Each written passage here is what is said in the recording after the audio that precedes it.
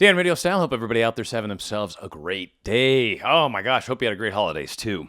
Are you pushing love away from you? What? Obviously, a lot of us are trying to manifest love in our lives. If the very thought that we're potentially pushing it away is there, I would hope each and every one of us would take a quick, close look and really, really take a look at what's going on with our lives, especially if it's been a while, and make sure we're not doing any of these things. Make sure we are absolutely inviting love. As I like to say, it's focus-based universe. Focus on what you would like to experience. So we would like to bring more love towards us. Well, let's make sure that is how it's happening. Now, one thing that a lot of people do that is very detrimental and pushes love away in a huge, huge way, and a lot of us do this, we've got to let go of timeliness. We've got to let go of this idea that this has to happen right now. Has to happen right now. First off, if you're trying to manifest something and truly are saying it has to happen right now, unless it's happened immediately after you said it, it's not happening right now.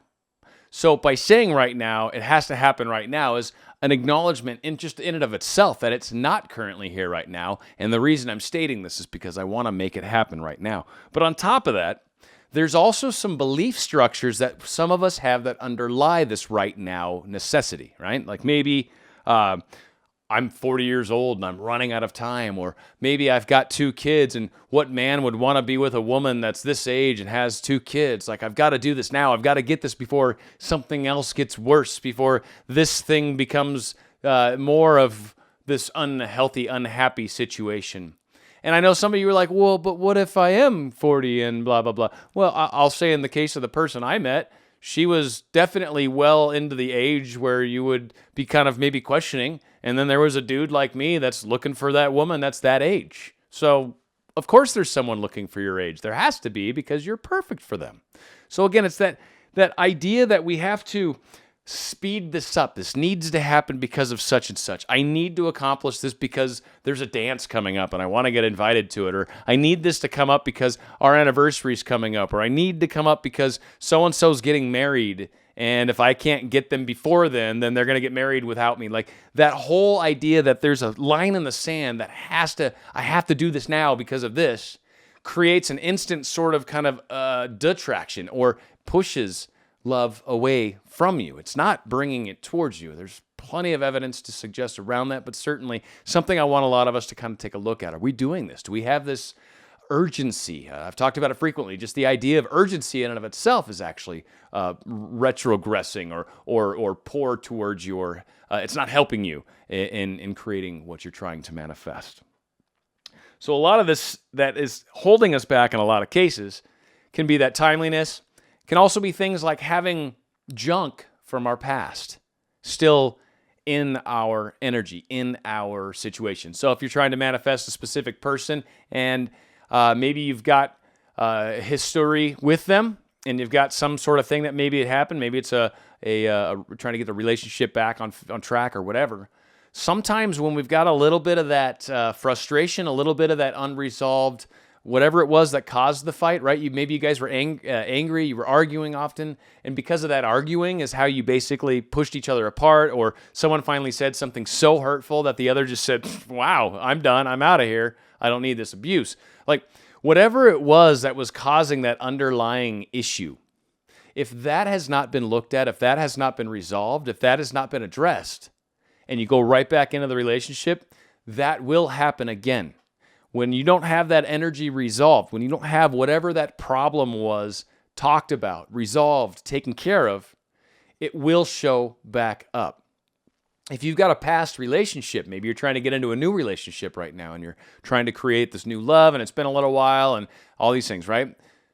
When you are coming at it from the standpoint of, I've got something that happened in the past and there's still this concern this will happen. There's this fear that something will pop up. There's this fear that maybe, some health issue may come back. There's this fear that someone else more attractive will come along and they'll leave me because I was cheated on that last time. When we have this junk in our past, if you will, it actually haunts our future and it haunts our present. And really, the only way to be able to bring love back is to get over these things that pushed love away from us from the get-go. Like, we pushed love away because we were so worried, so scared, so afraid to have this happen immediately, right? These things were constantly pushing love away from us, and so then we finally are without love, and we're trying to manifest it back, but we're still behaving in the same manner that pushed it away from us from the get-go. So we got to clear that junk. We've got to remove stuff that's from our past, negative stuff from our past.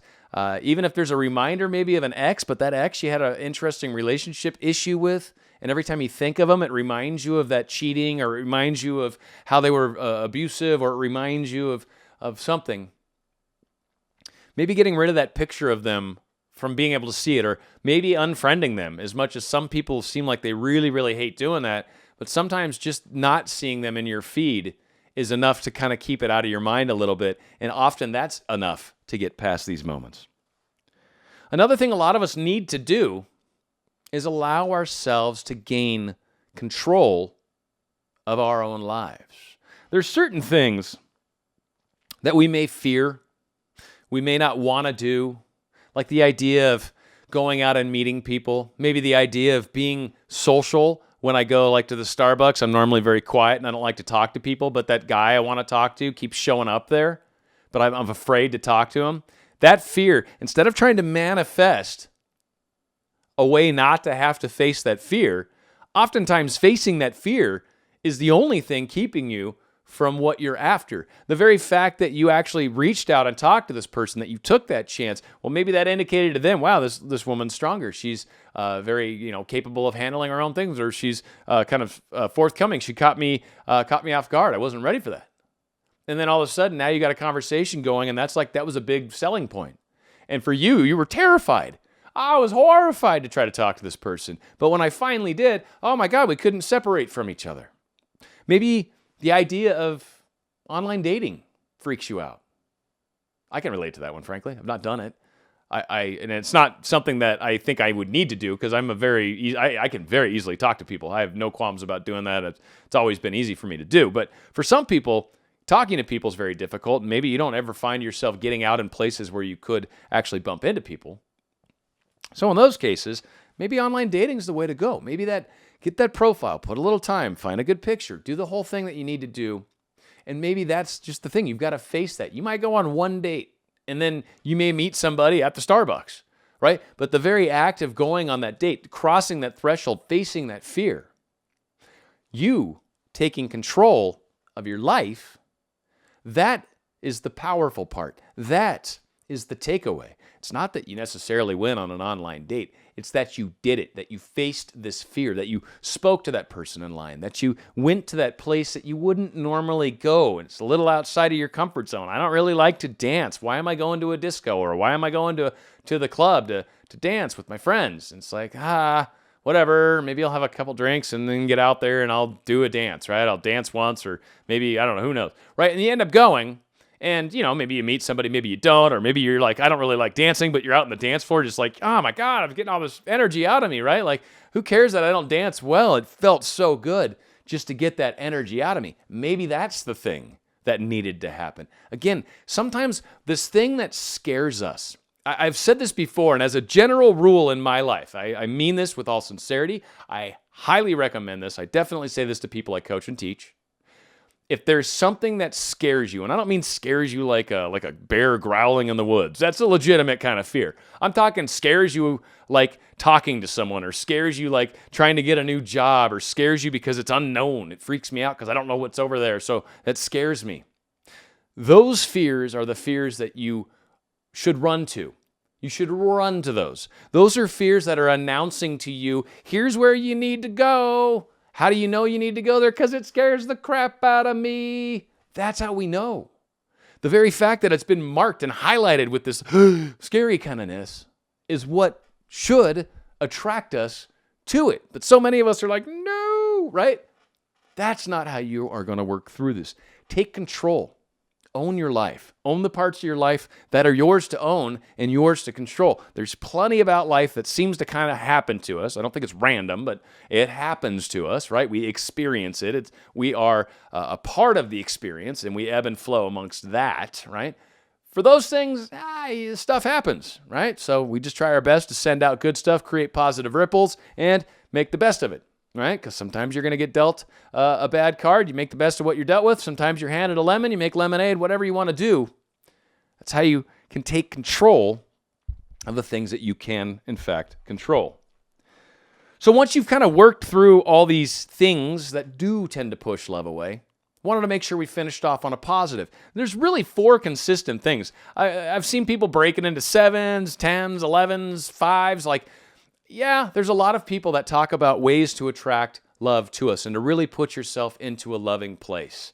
And these are the core pieces of that constantly come out. And I think it's worth revisiting. These aren't necessarily 4 new things that you've never heard, but it's a good reminder because now you've cleared out this junk. Now you've made room for love in your life, and you're pretty sure you're not pushing it away now because you've looked very closely at all the things you've got going on and all the different little nuances and thoughts and fears you have. And now you're like, all right, I'm ready to make sure that I'm putting the best foot forward. How can I do that? Well, first and foremost, love yourself. Love yourself. Love yourself, one, enough to actually have someone in your life that is respectful of you, that has time for you, that wants to be with you, that actually adores you, that loves you, that, right? Like, love yourself enough to make sure that is what you're getting. Not some person that barely likes you, not some person that's mean to you oftentimes, not some person that won't even give you the time of day. Love yourself enough. Even if that's your specific person, love yourself enough to go, you know what? Specific person, I don't think I want you right now because you're not very cool to me, you're not very friendly to me, and I deserve better than that. And then say, all right, I want love now. And you might still want them. It's okay. Shh, they don't need to know that. And you shouldn't say it to them anyway because that's not cool. But from the standpoint of our internal dialogues, when you finally love yourself enough to say, screw it, that's oftentimes when your specific person will come out of the blue and say something like random that actually goes, wow, he does love me, or wow, he does have time, or he does think of me. So make sure that we love ourselves enough to demand that from love, from whatever it is that we're hoping to experience. And certainly love ourselves enough to give ourselves a chance at success again. Sometimes we're so afraid to fail that we're also afraid to succeed. So again, loving ourselves has a lot of components to it. And it also gets into, making sure you're taking care of yourself, being healthy, all those kinds of things, your diet, whatever your thing is, right? Make sure you're loving yourself. Number 2, write down what you want from a relationship. If you have a specific person in mind, don't write down what you want from them. No, don't do that.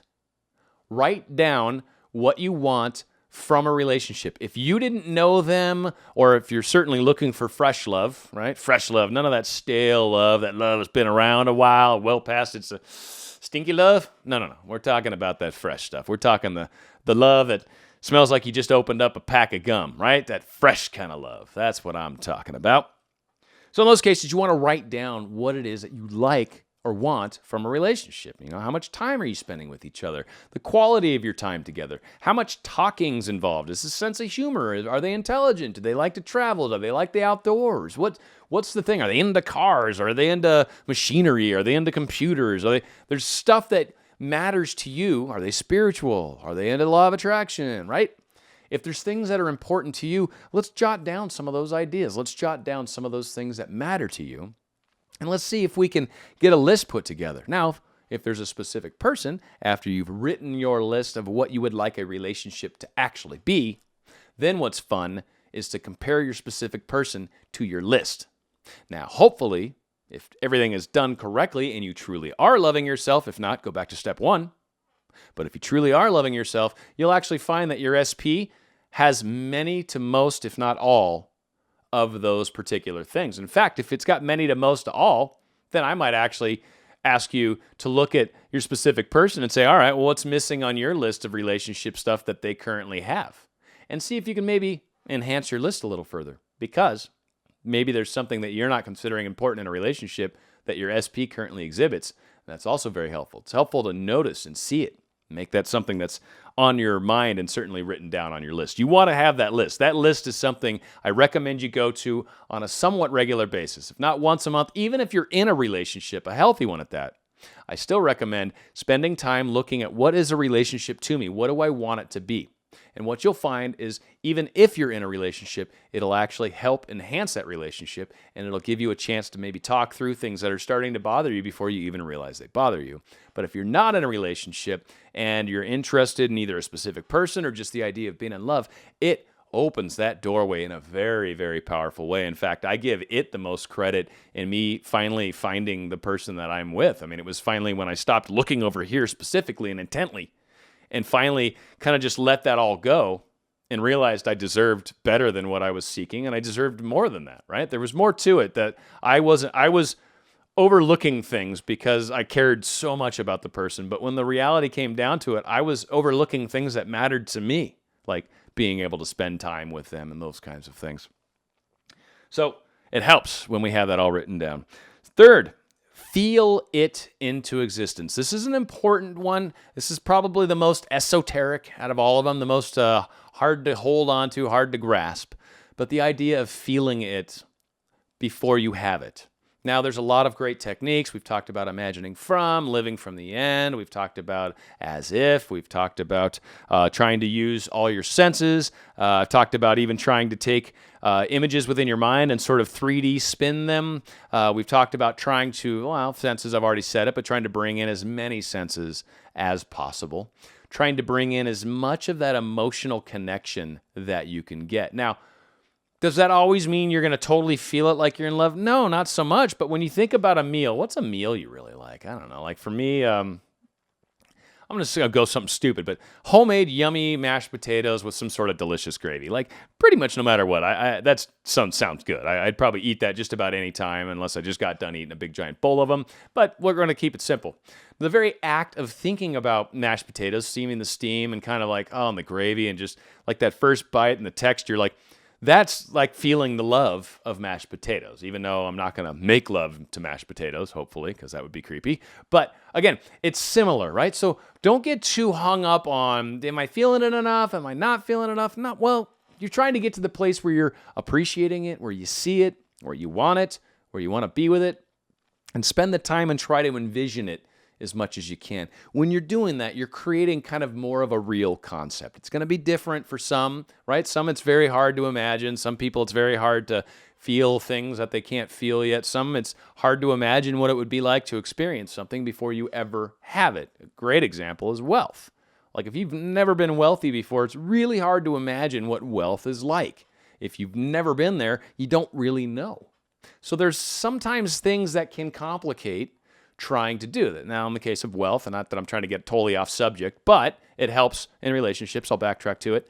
But in the case of wealth, if I've never been wealthy and I have no idea and I come from a very poor family, then what I recommend is finding mentors and people that are wealthy, spend time with them, talk with them, see what it's like from their vantage point, listen to them, learn from them, and you will actually start to understand the difference between wealth thinking and poverty thinking. And in the case of relationships, if there's somebody that's currently, and I hope for all of you, there's somebody that demonstrates an awesome relationship. Maybe they've been married 50 years and they're still in love. Maybe they've been together for a year, but they're older and they somehow are just so passionately in love. And it's like, they finally found their love. Like whatever the case is, like they exemplify the ideal for you. They exemplify what we talked about in number 2, writing down all your things in a relationship.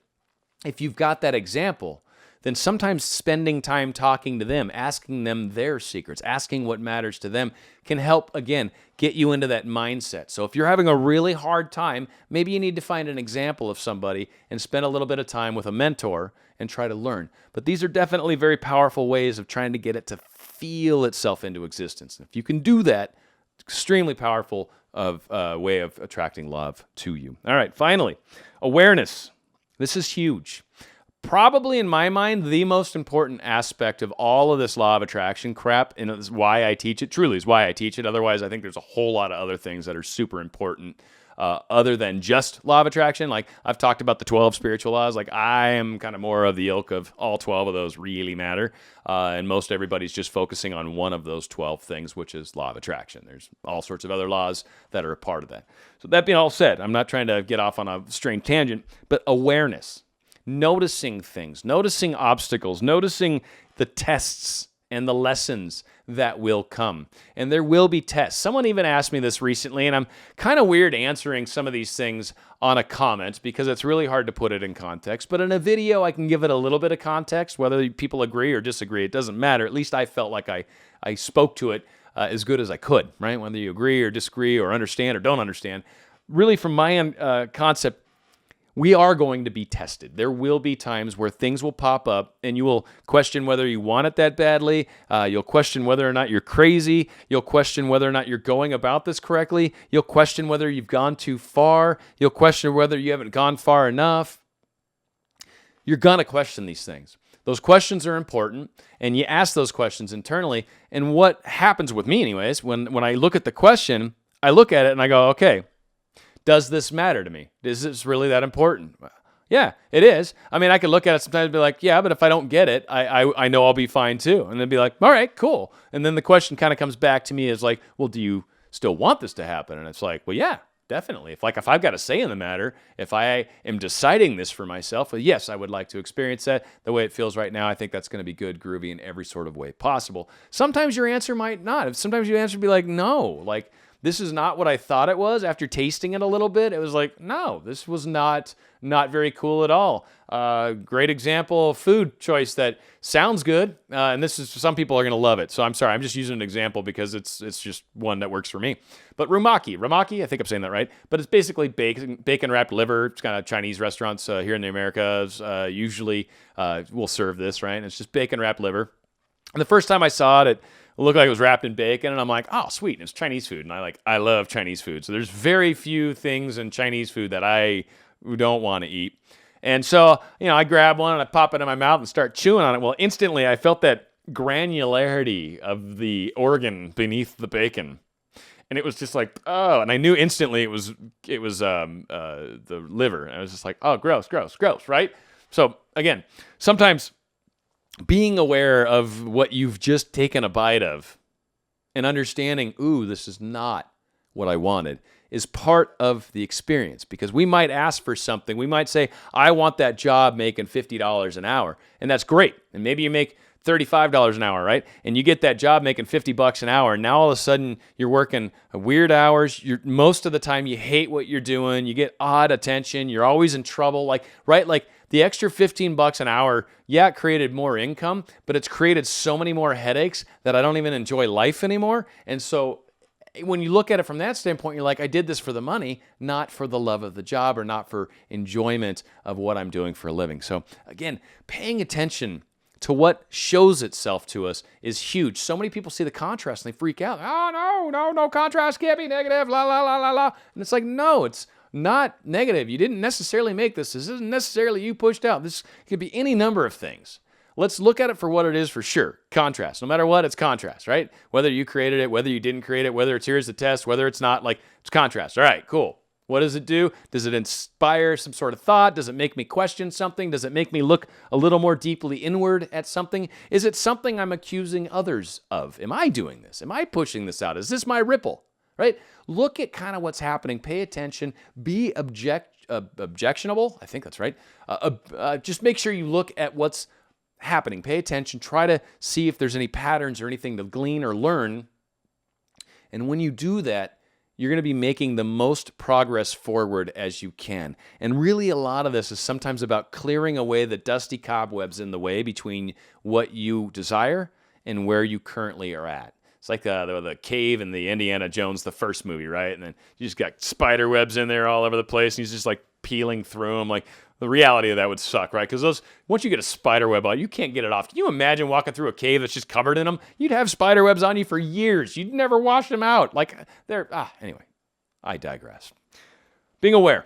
These are the key ways, the fourth way to really make sure you attract love. So 2 major takeaways from this. Let's make sure we're not pushing love away. Very important. And finally, let's make sure we're attracting love. Let's be love. Let's be sending out that loving ripple and watch the ripple come back towards us. Hopefully this makes a giant difference for all of you guys. I know it does with me. And this is probably, people are like, what technique do you use? I'm like, it's less a technique and more this. Really, it's more understanding what's presenting itself and realizing when something's presenting itself, I created that and I need to react and sort of adjust. And when I do that, I actually find that I kind of trial and error my way into whatever it is I'm trying to manifest. And I have great success. And it's fun because I get to notice the things along the way, because so many of us do, right? We're like, I don't have it right now. Right. But what is happening right now? That's the difference between where I see it and where a lot of others see it. What is happening right now? Well, a lot of things are happening. And so I pay attention to those and look to see what I can learn from that. So hopefully, again, this all makes a difference. If you haven't subscribed to my channel and you've gotten this far into it, please do so. It does require that you be able to sign into YouTube. So if you don't have an account in YouTube, it's cool. I'm not going to try to force you to create one. But if you happen to have one, go ahead and use that email address or whatever to subscribe to my channel. It's always appreciated. Also, if you could like, comment, and share my videos, and that's the best way to support my channel if you really do like what I do. If you're one of those people that I hear from out there, they're like, I'm surprised your channel's not bigger. It's like, frankly, I am too, but I'll be honest, I don't market it, I don't push it, I just kind of like to try to do what I do, and those who find it, and those who don't, and I should probably have a different attitude about it, so I'm working on that. I'm trying to increase the size and scope of my vision of my channel. But again, it's just fun. That's why I do it. It's not for the money, that's for sure. But anyways, hopefully you can do those things. It makes a big difference for me. Got more great shows coming. If you've got show topics that you're interested in, go ahead and throw those in the comments too. It's always a good way to go about it. And if you want to email me, you can go to my About page, and you can click in on there, and there's a way to get my email address from that page. I don't like to say it because I don't like to make it too easy. So if you want it and want to go looking for it, that's where you'll find it. If you aren't going to go looking for it, then that's perfect. Thank you so much, guys. I love you. I hope you all had a happy holidays and certainly a new year for most of the Gregorian calendar people. It's going to be coming up here very shortly, too. So a great time to really be thinking about what all we've been putting out and what we're being to the rest of the world, and certainly what we're trying to manifest. It's a good time to kind of take stock in where you're at, see what you can improve, and maybe see what you can change, right? There's always, I guess, improving and changing are two of the same things. But, again, just take a glance at all those good things and see what you can do. Thank you, guys. I love you. We will talk soon.